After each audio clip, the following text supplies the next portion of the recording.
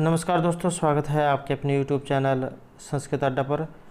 दोस्तों, हम जो संस्कृत प्रैक्टिस सेट की जो सीरीज़ कर रहे हैं जिसमें आज हम 19 नंबर से संबंधित महत्वपूर्ण जो प्रश्न हैं उनको करेंगे। और अगर आपने हमारे इससे पहले वाले जो 18 सेट हैं ये नहीं देखे हैं तो इसे आप हमारे चैनल की जो प्लेलिस्ट है वहाँ पर जाकर जा देख सकते हैं, या जो ऊपर कोने में जो 3 डॉट है उन पर क्लिक करके देख सकते हैं। और इस वीडियो की जो PDF है आप हमारे टेलीग्राम ग्रुप से प्राप्त कर सकते हैं, उसका लिंक आपको नीचे डिस्क्रिप्शन में मिल जाएगा। और दोस्तों, अगर आपने अभी तक हमारे चैनल को सब्सक्राइब नहीं किया तो सब्सक्राइब कर ले, साथ में जो बेल वाला आइकॉन है उसे जरूर दबाएं, जिससे जो आपको हमारे आने वाली जो वीडियो है उसकी नोटिफिकेशन मिलती रहेगी। तो दोस्तों, वीडियो शुरू करते हैं। हमारा फर्स्ट क्वेश्चन है संबोधने च इत्यस्मिन् प्रयुक्ता विभक्ति। तो यहाँ पर ये जो संबोधने च जो सूत्र आया है इसमें विभक्ति कौन सी है। और दोस्तों, वीडियो को लाइक, कमेंट और शेयर जरूर कीजिएगा और हमारे साथ अंत तक बने रहिएगा, क्योंकि ये जितने भी क्वेश्चन हैं सभी एग्जाम की दृष्टि से महत्वपूर्ण है, क्योंकि किसी न किसी एग्जाम में जो है ये जरूर पूछे गए हैं और आगे भी पूछे जाते रहेंगे। तो यहाँ पर ये जो संबोधने च जो सूत्र आया है इसके इत्यस्मिन् प्रयुक्ता विभक्ति, तो इसमें किस विभक्ति का प्रयोग हुआ है। तो इसमें अगर हम देखें यहाँ पर हमारा राइट आंसर रहेगा ऑप्शन सी, प्रथमा जो विभक्ति है इसका इसमें प्रयोग हुआ है।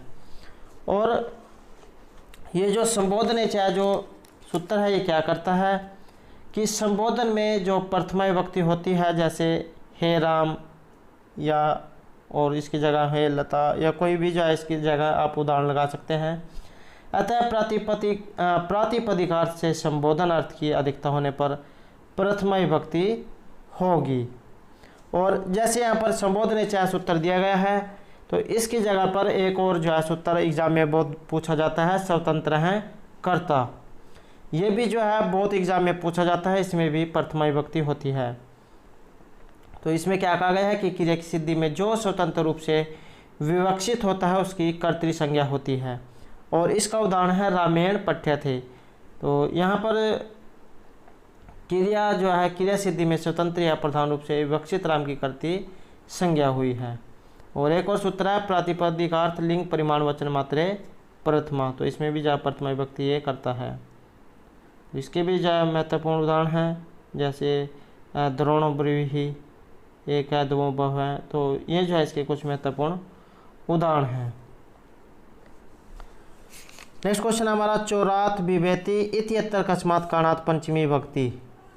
तो यहाँ पर ये जो चौरात विभेति जो दिया गया है शब्द रूप उदाहरण जो दिया गया है इसमें कौन सा सूत्र जो है लगेगा। तो यहाँ देखिए हमारा राइट आंसर ऑप्शन बी है इसमें। तो भीत्र अर्थानाम भय हेतु जो यहाँ पर सूत्र दिया गया है इसके योग में यहाँ पर इसमें पंचमी विभक्ति का प्रयोग हुआ है। और जो पंचमी विभक्ति है ये क्या होती है, पंचमी विभक्ति अपदान कारक, तो जुदाई जो होती है अलग होना अर्थ में पंचमी विभक्ति का प्रयोग होता है। तो यहाँ पर ये जो भीतर अर्थानाम भय हेतु जो दिया गया है, भय और रक्षा के अर्थ वाली धातुओं के साथ भय के कारण यहाँ पर पंचमी हुई है। तो जैसे इसका यहाँ पर उदाहरण दिया गया है चौरात बिभेति, तो इसकी जगह पर अन्य उदाहरण भी एग्जाम में पूछे जा सकते हैं, तो आपने ये भी याद रखने हैं, जैसे असज्जनात् कस्य भयं न जायते या बालक हैं सिंहात बिभेति। तो ये भी जो है इसी सूत्र के उदाहरण हैं और आपने इनको भी याद रखना है। नेक्स्ट क्वेश्चन रहेगा मुख विवरस्य प्रयत्नमस्ति। यहाँ पर मुख विवर का जो प्रयत्न है ये इनमें से कौन सा है। तो इसमें अगर हम यहाँ पर देखें तो हमारा राइट आंसर रहेगा ऑप्शन बी। तो यहाँ पर जो है इसका ये उदाहरण जो है ये रहेगा अभ्यंतर जो प्रयत्न है इसका ये उदाहरण है। और एग्ज़ाम की दृष्टि से जो है ये उदाहरण महत्वपूर्ण जो रहेगा। और अगर हम जो है इसको देखें तो ये जो यहाँ पर दिया गया है अभ्यंतर प्रयत्न, तो यहाँ पर जो ये प्रयत्न जो है ये क्या होता है, तो किसी भी ध्वनि के उच्चारण में मुख विवर से लेकर कंठ पर्यंत जो प्रयास करना पड़ता है उसे प्रयत्न कहते हैं। यह 2 प्रकार का होता है। और यहाँ पर जो अभ्यंतर प्रयत्न है ये जो पूछा गया है अभ्यंतर प्रयत्न, तो ये कितने होते हैं? तो ये 5 प्रकार के होते हैं, जैसे सपृष्ठ, ईषद सपृष्ठ, ईषद विवरित, विवरित और संवरित। तो इस प्रकार से ये 5 प्रकार का होता है। नेक्स्ट क्वेश्चन है उपसर्गम कम तत्वम अस्ति। तो यहाँ पर उपसर्ग जो है ये कौन सा तत्व है? तो इसमें देखिए हमारा यहाँ पर राइट आंसर आएगा ऑप्शन बी, तृतीय तत्व यहाँ पर ये माना गया है। नेक्स्ट क्वेश्चन है यहाँ पर फर्नर नियम इति कथ्यते। ये जो फर्नर जो नियम है ये इनमें से किसे कहा गया है? यहाँ जो सी आंसर है ये रहेगा ऑप्शन बी। ये जो वर्नर जो नियम है इसे यहाँ पर फर्नर नियम कहा गया है। और ये वर्नर नियम क्या होता है? तो वर्नर ने जो पूर्व कथित जो ग्रेम नियम है इसमें संशोधन करते हुए अपना नियम प्रस्तुत किया था कि जो क, त और प, तो ये जो यहाँ पर वर्ण जो दिए गए हैं इनके पूर्ववर्ती स्वर पर बल आघात रहने पर ग्रीम नियम के अनुसार क, त, प ये जो दिए गए हैं क, त, प इनका दूसरा वर्ण हो जाएगा। जैसे क को ख, त को थ और प को फ हो जाता है। परंतु यदि बलाघात पूर्ववर्ती स्वर के बदले परवर्ती स्वर पर हो तो ये जो क है इसका तीसरा वर्ण हो जाएगा। क को ग और यहाँ पर जो दिया गया है त को त थ द और प फ भ भ ये हो जाएगा इसको प फ और भ। तो इस प्रकार से यहाँ पर तीसरा वर्ण जैन को हो जाता है। तो आपने जो ये याद रखने हैं। नेक्स्ट क्वेश्चन रहेगा हमारा योगेंद्रायण है प्रमुखम पात्रम अस्ति। तो यहाँ पर जो ये योगेंद्रायण जो दिया गया है ये इसमें किस ग्रंथ में ये पात्र आया है? ये कौन सा काव्य है जो है जिसमें योगेंद्रायण नाम का जो पात्र है ये आया है? यहाँ जो राइट आंसर है ये रहेगा ऑप्शन डी। तो ये जो स्वपनवास दत्तम जो यहाँ पर जो ग्रंथ जो दिया गया है इसमें योगेंद्र नाम का पात्र आया है।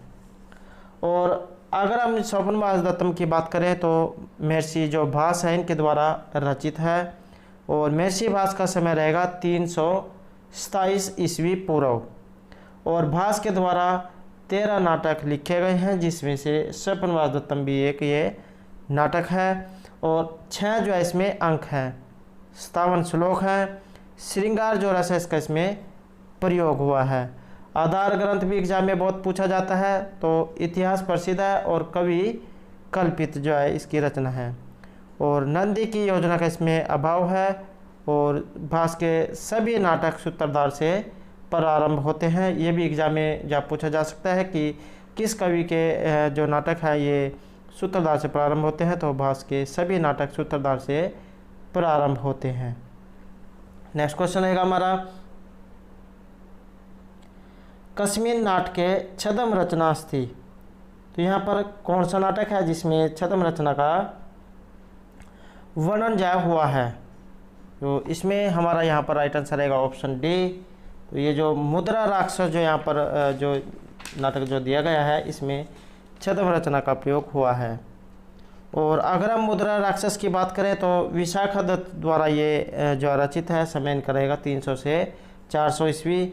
और काव्य जो विधा है इसमें ये नाटक है। 7 जो इसमें अंक है और वीर रस का इसमें प्रयोग हुआ है। नायक इसके चाणक्य है और प्रतिनायक राक्षस हैं। और एग्जाम में आधार ग्रंथ बहुत पूछा जाता है। तो इसका आधार ग्रंथ कौन सा है? तो विष्णु पुराण एवं श्री मद्भागवत गीता जो है इसका आधार ग्रंथ है। गुण और रीति की बात करें तो प्रसाद और माधुर्य गुण इसमें रहेगा और वैदर्भी जो रीति है इसका इसमें प्रयोग हुआ है। और एक क्वेश्चन एग्जाम में ये भी बहुत पूछा जाता है कि ऐसा कौन सा जो है नाटक है जिसमें विदूषक का भाव है या नायिका का भाव है? तो नायिका और विदूषक का जो है इस नाटक में अभाव है। ये भी क्वेश्चन बहुत पूछा जाता है। नेक्स्ट क्वेश्चन आएगा चंडाल कन्या का शूद्र कस्य सभायाम आगच्छत। चंडाल कन्या शूद्र की सभा में किसको लेकर जो आती है? यहाँ जो आंसर है ये रहेगा ऑप्शन ए, सुख को देने के लिए जो है ये आती है। और अगर हम यहाँ पर अब जो इसकी बात करें तो कादम्बरी से जो है इसका संबंध है।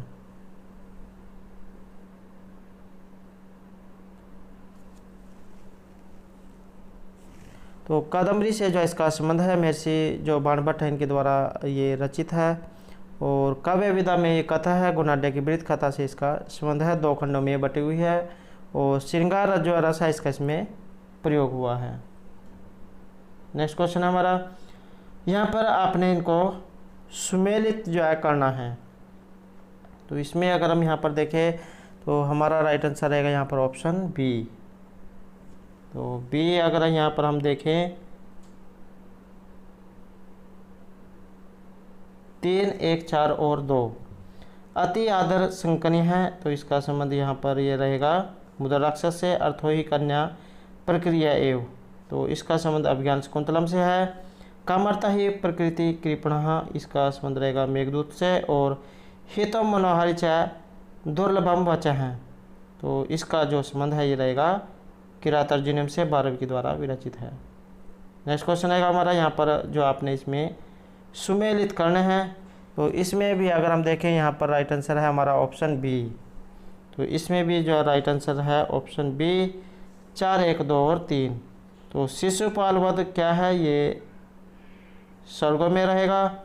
हर्षचरित उच्छ्वासों में है। उत्तर रामचरित अंकों में है। और मेघदूत खंडों में बटा हुआ है।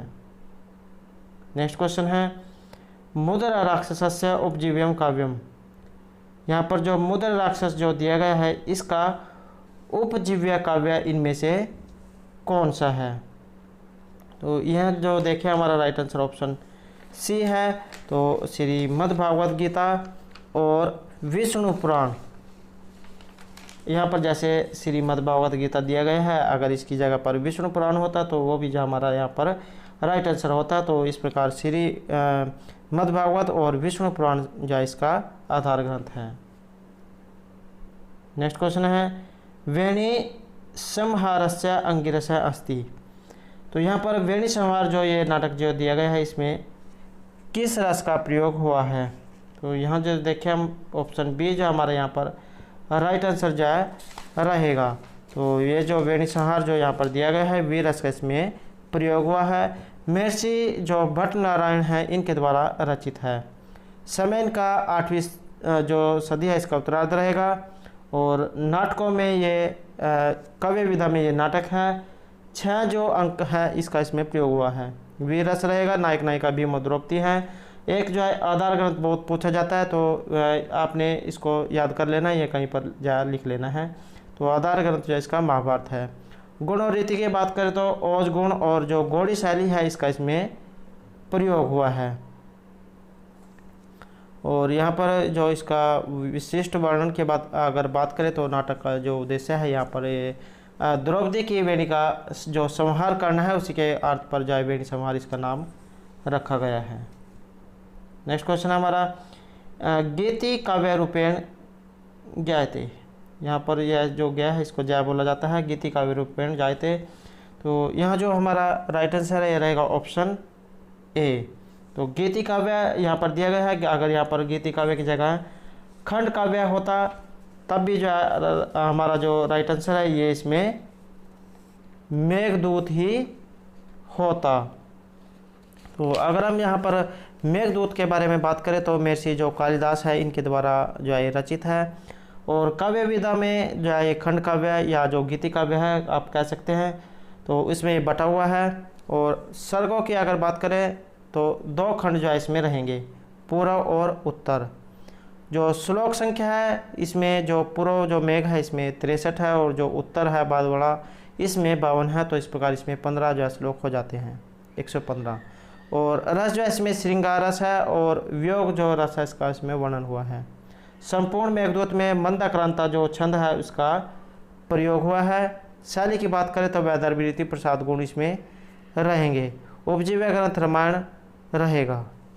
नेक्स्ट क्वेश्चन है, कादम्बर्या उपजीव्यम अस्ति।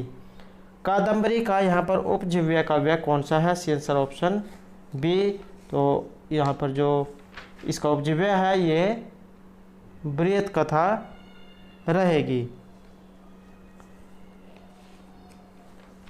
तो घुनाढ्य की जो बृहत कथा है ये इसका आधार ग्रंथ है। काव्य विधा में ये कथा है और महर्षि जो बाणभट्ट है इनके द्वारा रचित है। नेक्स्ट क्वेश्चन है हमारा, किरात अर्जुनीयम इति महाकाव्य कथ्य श्लोका सन्ति। वेरी वेरी इंपॉर्टेंट क्वेश्चन है। संस्कृत का कोई सा भी कॉम्पिटेटिव एग्जाम हो इसमें से क्वेश्चन जरूर पूछा जाता है। तो किरात अर्जुनीयम इति महाकाव्य कथ्य श्लोका सन्ति, इसमें श्लोक कितने हैं? सी आंसर है ऑप्शन ए।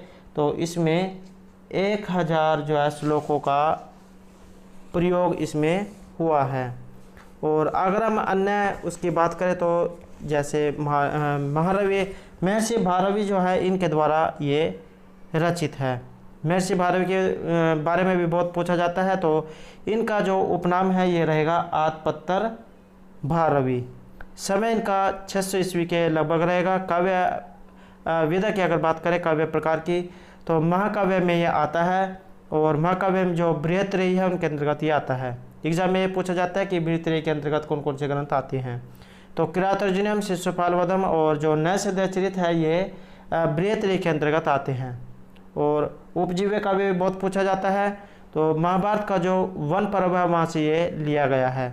जैसे यहाँ पर इसमें श्लोक पूछा गया है इसी तरह सरग बीजा पूछे जाते हैं। तो 18 इसमें सरग हैं और कुल 25 जो छंद उनका इसमें प्रयोग हुआ है। वह संस्थ और जो मालिनी है इसका अधिक प्रयोग इसमें हुआ है। और एक क्वेश्चन जब एग्जाम में ये भी पूछ लिया जाता है कि इसमें प्रतिनायक कौन है। तो किरात अधिपति शिव जो है इसमें प्रतिनायक है, नायक अर्जुन है।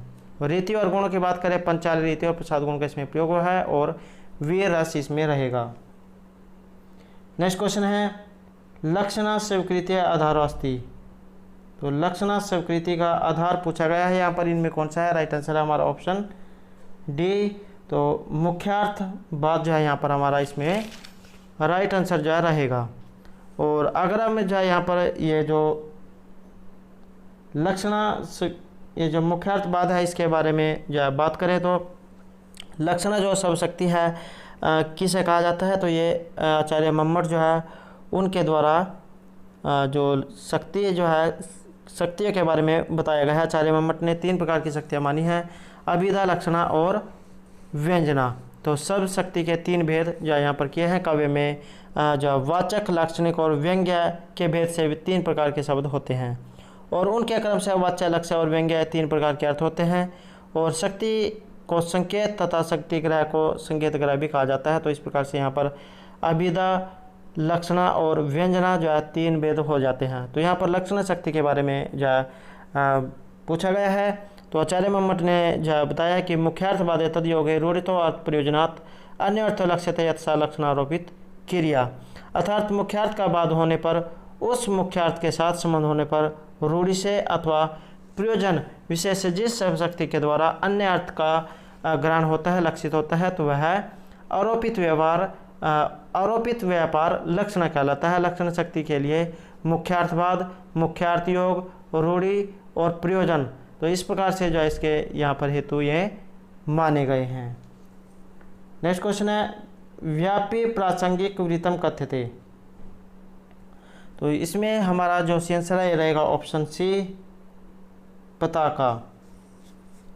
और ये जो यहाँ पर ये पताका जो आई है ये भी जो एग्ज़ाम में बहुत बार इसके बारे में पूछ लिया जाता है। तो जैसे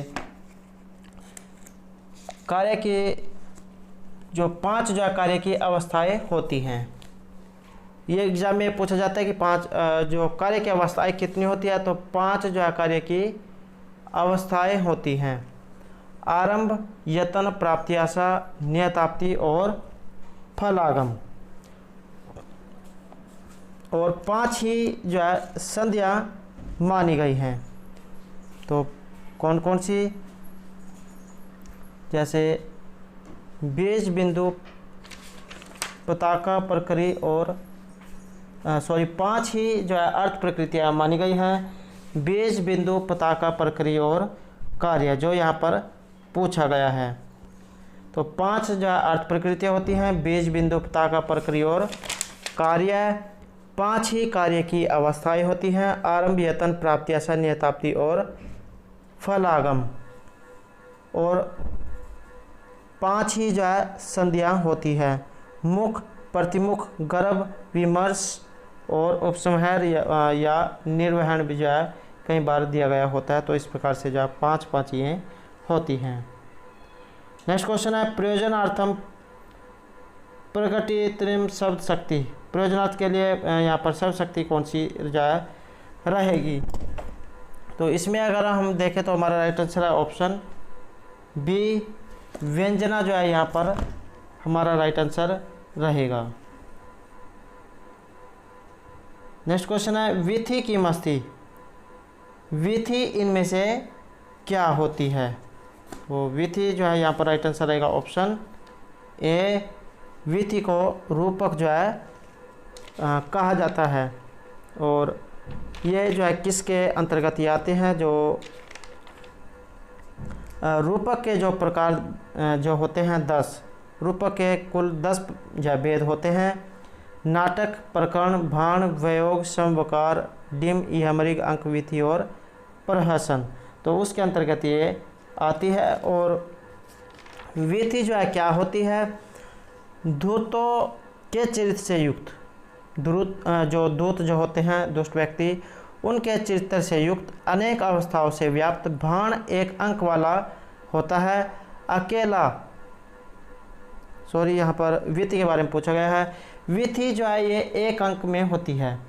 इसमें एक पुरुष को नायक के रूप में कल्पित कर लिया जाता है। आकाशभाषित के द्वारा उक्त प्रतियुक्ति की योजना इसमें होती है। श्रृंगार अधिकता के साथ अन्य रसों की भी सूचना दी जाती है। इसमें मुख व निर्वहन संधियाँ होती हैं, लेकिन अर्थ प्रकृतियाँ भी होती हैं। श्रृंगार अधिकता के कारण कैश की वृत्ति की इसमें प्रधानता होती है। और विद्वानों ने विधि के 13 भेद बताए हैं, और इसका जो सर्वोत्तम उदाहरण है ये मालवी का रहेगा। नेक्स्ट क्वेश्चन है मम्मट अनुसार लक्षणा भेदा संति। मम्मट के अनुसार लक्षणा के भेद कितने हैं? सी आंसर ऑप्शन सी, लक्षणा के 80 भेद मम्मट के अनुसार माने गए हैं। अगला क्वेश्चन रहेगा नाट्य संधिषु प्रमुखम अस्ति।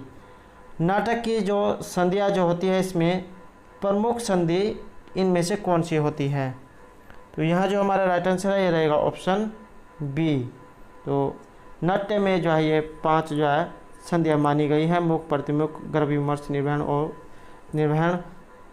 तो इसमें जो है इस तरह से 5 जो है ये संधियाँ मानी गई हैं। और संध्या की जैसे यहाँ पर संध्या पूछा गया है, ऐसे ही जो अर्थ प्रकृतियाँ हैं ये भी पूछ लिया जाता है। बीज, बिंदु, पताका, प्रक्रिया और कार्य। 5 ही कार्यावस्थाएं, आरंभ, यतन, प्राप्ति, आशा, नियताप्ति और फलागम। और 5 ही संधियाँ, मुख, प्रतिमुख, गर्भ, विमर्श और उपसंहति या निर्वहन। नेक्स्ट क्वेश्चन है हमारा प्रहसनम का इवन्यते। तो प्रहसन जो है यहाँ पर किसे माना गया है? तो यहाँ जो हमारा राइट आंसर है रहेगा ऑप्शन ए, भाणवत। तो भाणवत इसको माना गया है। और रूपक के जो 10 भेद जो माने गए हैं उन्हीं में से ये एक है। तो रूपक के 10 भेद जो है माने गए हैं। नाटक, प्रकरण, भाण, वयोग, समकार, डिम, इहमरिग, अंक, विधि और प्रहसन। 18 ही उपरूपक माने गए हैं। नाटिका, त्रोटक, गोष्ठी, सट्टक, नाट्यरसक, प्रस्थान, उलाप्य, काव्य, प्रिंकण, रासक, समलापक, श्रीगदित, शिल्प, विलासिका, दुर्मल्लिका, प्रकरणी, हलीस और भणिका। तो 18 ही जो है रूपक हैं, रूपक के भेद माने गए हैं।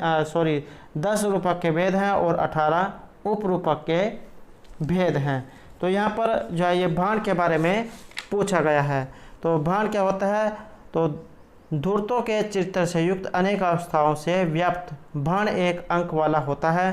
अकेला विट ही जो निपुण व पंडित होता है। रंक में अपनी या दूसरों की अनुभूति बातों पर प्रकाशित करता है। संबोधन तथा उक्ति प्रतियुक्ति आकाशभाषित के द्वारा होती है। सौभाग्य और शौर्य के वर्णन से वीर और श्रृंगारस को सूचित किया जाता है। इसकी कथा वस्तु कविकल्पित तथा वृत्ति प्राय भारतीय होती है।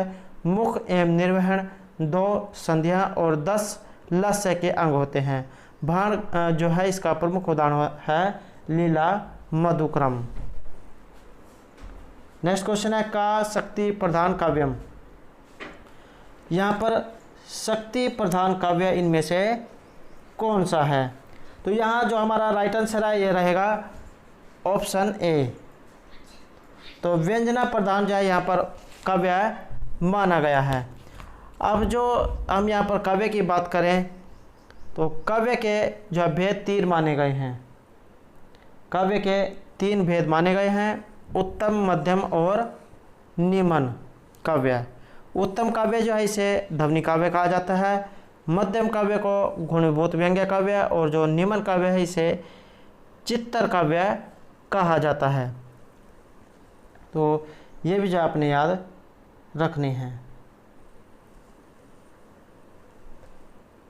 और ये जो यहाँ पर उत्तम काव्य जो पूछा गया है तो उत्तम काव्य को ध्वनि काव्य कहा जाता है और जो आचार्य मम्मट है इनके काव्य भेद विषयक मत को जो है इस प्रकार से हम जो है बता सकते हैं। जैसे इदम उत्तम अतिशयनी व्यंग्य वाच्या ध्वनि बुद्धि कथित है। अर्थात जहाँ वाच्यार्थ की अपेक्षा व्यंग्यार्थ की चमत्कारता पाई जाती है वहाँ उत्तम काव्य होता है। और इसका जो उदाहरण जो है निशेष च्युत चंदनम सतन तटम निर्मिष्ट राघवाधरो जाए, इसका उदाहरण रहेगा। नेक्स्ट है लक्षणाया हेतुएं संति। लक्षणा के हेतु कितने होते हैं? सी आंसर है हमारा ऑप्शन बी, लक्षण के 4 हेतु माने गए हैं। नेक्स्ट है नायकस्य भेदः संति। नायक के भेद कितने होते हैं? तो ये भी जो है नायक के भेद भी 4 जो है माने गए हैं। तो इस प्रकार से जो हमारा यहाँ पर राइट आंसर ऑप्शन सी। तो दोस्तों ये थे हमारे आज के संस्कृत प्रैक्टिस से संबंधित कुछ महत्वपूर्ण क्वेश्चन जो आपके आगे आने वाले एग्जाम के लिए महत्वपूर्ण होंगे। और दोस्तों अगर आपने अभी तक हमारे चैनल को सब्सक्राइब नहीं किया तो सब्सक्राइब कर ले, साथ में जो बेल वाला आइकॉन है उसे जरूर दबाएं, जिससे जो आपको हमारे आने वाली जो वीडियो है उसकी नोटिफिकेशन मिलती रहेगी। और दोस्तों हमारे साथ अंत तक बनाने के लिए धन्यवाद।